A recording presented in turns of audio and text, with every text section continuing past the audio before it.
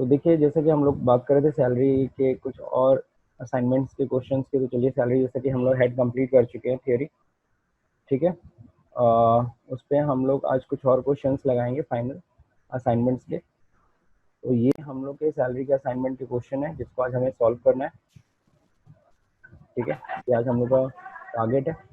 और वैसे जहाँ तक कि सब लोग को सैलरी में इतना तो पता होना ही चाहिए, सभी लोग सैलरी पढ़ रहे हो, और मैं डेली ये कंपुटेशन हमेशा आपको दिखाता हूँ, ठीक है।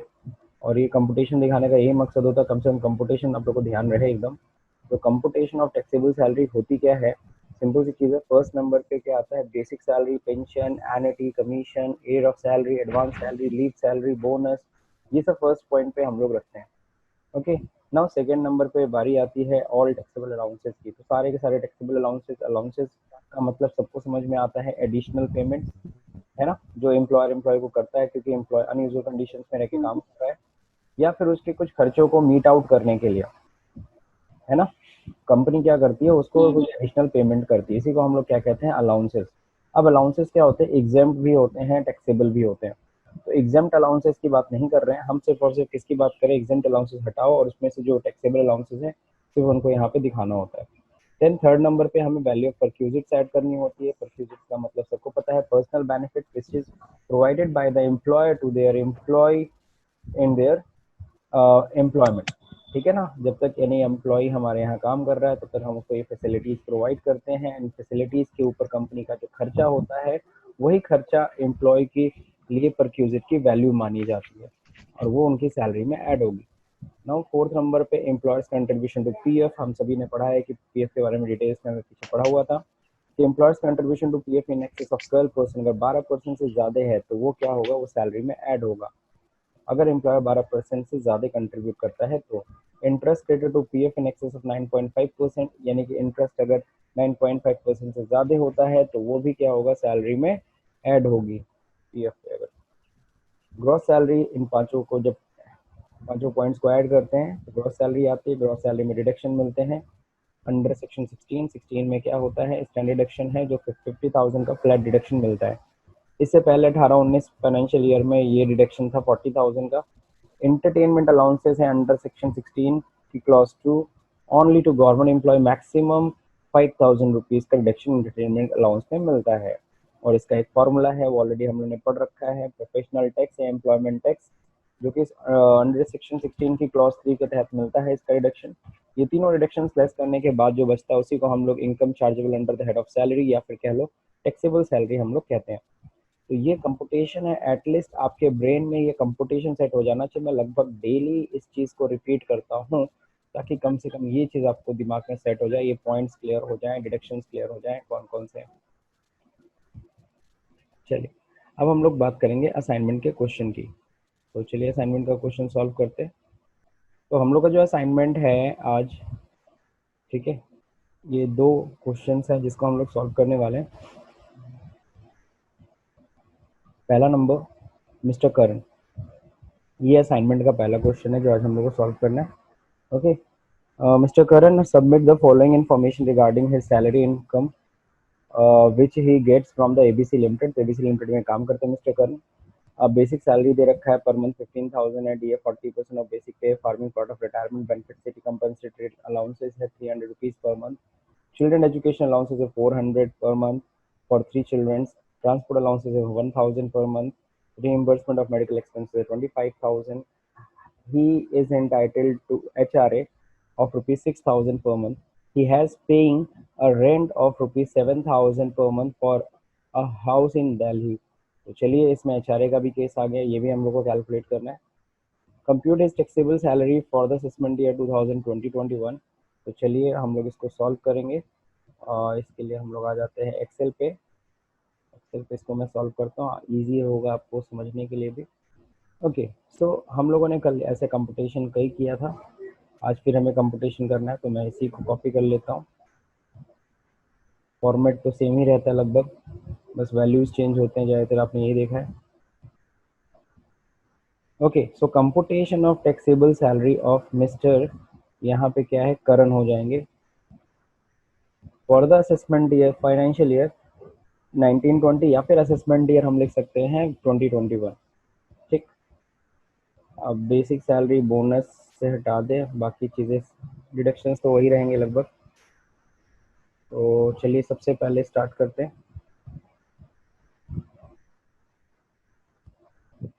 तो क्वेश्चन को रेफर करते हुए हम लोग यहाँ सॉल्व करेंगे। सबसे पहले इनकी बेसिक सैलरी 15,000 पर मंथ। तो चलिए 15,000 पर मंथ पहले सैलरी दिखाते हैं। तो अगर हम लोग 15,000 पर मंथ की बात करें तो मल्टीप्लाई वही हो जाएगा 12, यानी कि 1,80,000 रुपये इनकी बेसिक सैलरी है। ठीक है, बेसिक सैलरी के बाद फिर नंबर आता है बोनस वोनस का। तो बोनस कमीशन इस तरह की कोई चीज़ है नहीं, सीधे अलाउंसेस स्टार्ट हो गए। तो चलिए अलाउंसेस पे आ जाते हैं। अलाउंसेस के है, सबसे पहले डी है 40% ऑफ बेसिक पे। तो चलिए हम लोग 40% ऑफ बेसिक पे हम लोग क्या दिखा देते हैं अलाउंसेस में। पहले मैं हेडिंग डाल लेता हूँ। हालांकि मैं बार बार बोलता हूँ ये हेडिंग्स बनाने की कोई रिक्वायरमेंट है नहीं, ये हम लोग अपने लिए बनाते हैं। ठीक है ना, अलाउंसेस।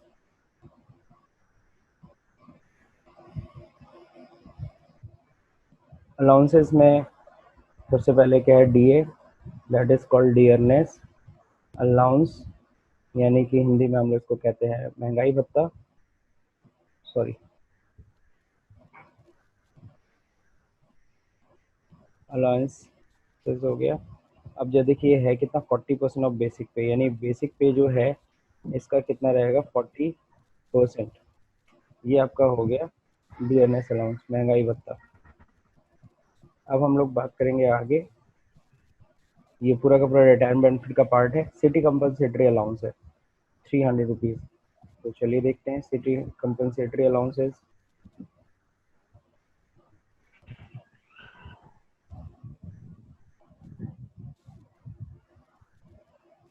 ध्यान रखिएगा डीएनएस अलाउंस फुल्ली टैक्सेबल होता है, सिटी कंपनसेटरी अलाउंसेस भी पूरी तरह से टैक्सेबल है।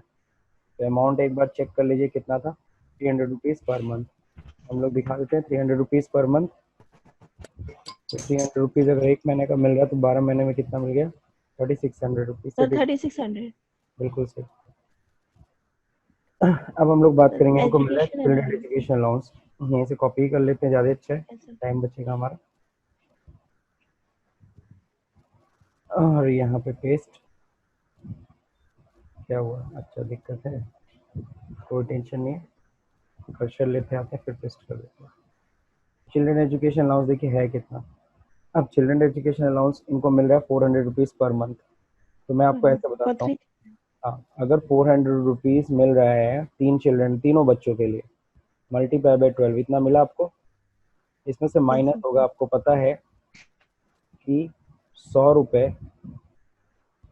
एक बच्चे पे, है ना, एक बच्चे, यस सर। है ना, क्या है 12 महीने का, मतलब सॉरी पर मंथ। ठीक है, 100 रुपीज़ पर मंथ पर चाइल्ड। और मैक्सिमम कितने चिल्ड्रंस, 2 चिल्ड्रंस। तो पर मंथ की जगह सीधे मैं कर देता हूँ 12। तो 12 महीने का 1200 हो गया एक बच्चे पे, लेकिन 2 बच्चे का मैक्सिमम मिलता है। तो ये लेस हो जाएगा 2400, यानी 4800 में से सीधे सीधे 2400 रुपये लेस हो गया। ये चिल्ड्रन एजुकेशन अलाउंस टैक्सेबल हुआ। 100 रुपीज़ पर मंथ पर चाइल्ड, मैक्सिमम 2 चिल्ड्रन। अब देखें यहाँ पे, ध्यान रखिएगा 400 रुपये तीनों बच्चों पे था। अगर ये 400 रुपये पर मंथ पर चाइल्ड लिखा होता तो मामला कुछ और होता। अब ट्रांसपोर्ट अलाउंसेस की बात करेंगे। तो ट्रांसपोर्ट अलाउंसेस सबको पता है 1000 रुपीज़ मिल रहा है, पूरी तरह से टैक्सेबल हो जाएगा। ठीक है, ट्रांसपोर्ट अलाउंस जो है वह 1000 रुपीज़ मिल रहा है। तो 12 मंथ का कितना हो गया, 12 मंथ का हो गया यस सर। 12,000 रुपीज़। 12,000। क्या ट्रांसपोर्ट अलाउंस में एग्जाम्पशन मिलेगा? ट्रांसपोर्ट अलाउंस में ध्यान रखिएगा पहले एग्जाम्पशन था, अब नहीं है। पहले 1600 रुपये तक का एग्जाम्पशन था, लेकिन अब सिर्फ ब्लाइंड और हैंडीकैप्स के लिए 3200 रुपीज़ पर मंथ का एग्जाम्पशन है। अब देखिए रीइंबर्समेंट ऑफ मेडिकल एक्सपेंसेस है, HRA है। तो हम लोग पहले HRA निकाल लेते हैं, लास्ट में रीइंबर्समेंट ऑफ मेडिकल एक्सपेंसेस दिखाएंगे। तो हम लोग यहाँ पे HRA यानी कि house rent rent allowance. Allowance. तो हाउस रेंट अलाउंस का डिडक्शन के लिए हमें क्या करना पड़ेगा, एक छोटा सा वर्किंग नोट करना होगा जो हम लोग साइड में करने वाले हैं। ठीक है ना, तो वर्किंग नोट में देखिए क्या चीज़ करना है हम लोग को, बेसिकली एग्जाम्प्ट HRA निकालना है। तो एग्जाम एचआरए निकालने से पहले हमें क्या निकालना होगा, सैलरी का मतलब। सैलरी मीन्स इन एचआरए, तो एचआरए में सैलरी का मतलब होता है बेसिक प्लस डीए, ठीक है ना। अगर रिटायरमेंट बेनिफिट का पार्ट है, मैं लिख नहीं रहा हूँ, मैं बोल दे रहा हूँ, और fix rate commission on sale. Yes. Commission on sales, तो ये है फॉर्मूला, ठीक है। Fix rate commission on sale है। अब यहाँ पे सैलरी का मतलब पहले मैं निकाल लेता हूँ। तो सैलरी का मतलब देखिए क्या है, तो सैलरी यहाँ पे आएगी basic salary plus DA, DA क्योंकि रिटायरमेंट बेनिफिट का पार्ट है, प्लस कमीशन मिशन कुछ नहीं है, तो यही सैलरी का मतलब हुआ। अब हम लोग यहाँ पे पता है कैसे एग्जाम एचआरए निकलता है, ये हम लोग कर क्या रहे हैं, एक मिनट ऊपर लिख दिया जाए, कंपुटेशन ऑफ एग्जाम्ड एचआरए, हमें एग्जाम्ड एचआरए निकाल रहे हैं, ध्यान रहे। तो सबसे पहले तो सैलरी का मतलब हम लोग जान लिए, सैलरी का मतलब क्या होता है, Yes.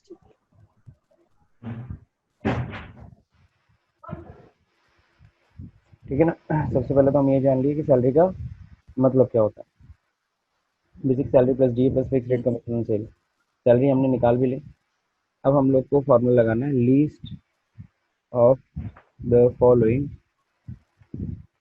इज एग्जाम्प्ट, जो तीनों में से कम होगा वो एग्जाम्प्ट है। अगर आपको याद नहीं है तो मैं बता दे रहा हूँ, सबसे पहले होता है 40 या 50% ऑफ सैलरी, तो हम लोग यहाँ लिखेंगे 50% ऑफ सैलरी। तो सर 50% ऑफ सैलरी का मतलब क्या है, क्यों 50% ऑफ सैलरी है, 40% ऑफ सैलरी का भी केस बनता है। 50% सैलरी अगर मेट्रो सिटी में है तो, 40% ऑफ सैलरी अगर अदर देन मेट्रो सिटी है तो यहाँ पे चूंकि मेट्रो सिटी है, दिल्ली में रह रहे हैं, तो इसलिए हम लोग सैलरी जो अभी निकाला है इसका सीधे 50% कर लेते हैं। तो ये हेलो। हाँ मोहसिन, हाँ सर। Good morning. फिर दूसरा होता है actual HRA receive, actual HRA receive, actual HRA receive कितना मिला इनको, इनको एचआरए मिला, अगर हम क्वेश्चन पे जाके ध्यान से देखें तो एचआरए इनको मिल रहा है हर महीना 6000 रुपीज़, ठीक है। तो इस हिसाब से हम लोग कैलकुलेशन कर लेते हैं, 6000 rupees multiply by 12। Per mic off कर लो मोहसिन, आवाज़ आ रही है। 72,000. तो हम लोग बात करेंगे किसकी, rent paid minus 10% of salary.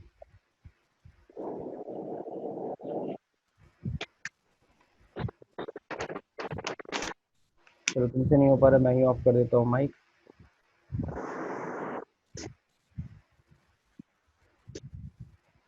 ठीक है, अब चलिए देखिए, rent paid minus 10% of salary, अब ये करना है। तो रेंट पेड कितना किया है, इसके लिए अगेन क्वेश्चन पे जाना पड़ेगा। रेंट पेड कितना है, he was paying a rent of ₹7,000 per month in Delhi, तो 7,000 रुपीज़ रेंट दे रहा है। तो चलिए फॉर्मूला है सेवन, पहले तो हम लोग क्या करेंगे, रेंट पेड कितना है, तो 7,000 रुपीज़ रेंट दे रहा है, मल्टीप्लाई बाई 12, 12 महीने में दिया होगा, माइनस कर लेंगे 10% ऑफ सैलरी। तो ये जो सैलरी है इसका 10%, ओके, आ गया 58,800। अब जरा देखिए इन तीनों में से कौन कम है। तो अगर हम लोग यहाँ पे सिंपल सा मेन फंक्शन लगा के देखने से तो आपको पता चल ही रहा है, लेकिन मेन फंक्शन लगा देते जो इन तीनों में से कम होगा। तो 58,000 यही आपका क्या है, एग्जाम्ड एचआरए। तो एग्जाम्ड एचआरए देखिए आगे आपका, ठीक, ये आपका सॉल्यूशन आ गया एग्जाम्ड एचआरए। तो एचआरए देखिए मिल कितना रहा है इनको, एचआरए मिल रहा है इनको, एक्चुअल एचआरए रिसीव हुआ था 72,000, इसमें से माइनस हो जाएगा जो एग्जाम्ड है, इतना एग्जाम्ड हो गया, यानी टैक्सेबल एचआरए कितना आया, 13,200 रुपीज़। अब होगा reimbursement, reimbursement of medical expense last point है, उसमें बस यही रह गया, रीइम्बर्समेंट ऑफ मेडिकल एक्सपेंसेस। तो अगर कोई रीइम्बर्समेंट अगर है मेडिकल एक्सपेंस का, ठीक है, 25,000 रुपये है, आपको पता है 25,000 में 15,000 रुपये एग्जेम्पशन मिलता है, 15,000 रुपये का मेडिकल एक्सपेंसेस। ध्यान रखिएगा, अगर कंपनी उठा रही है तो पूरी तरह से एग्जेम्प्ट है। अगर ये गवर्नमेंट हॉस्पिटल का, कंपनी का खुद का हॉस्पिटल होता तो ये पूरी तरह से एग्जेम्प्ट होता है। ओके, सो ये पॉइंट हम लोग का कंप्लीट हो गया।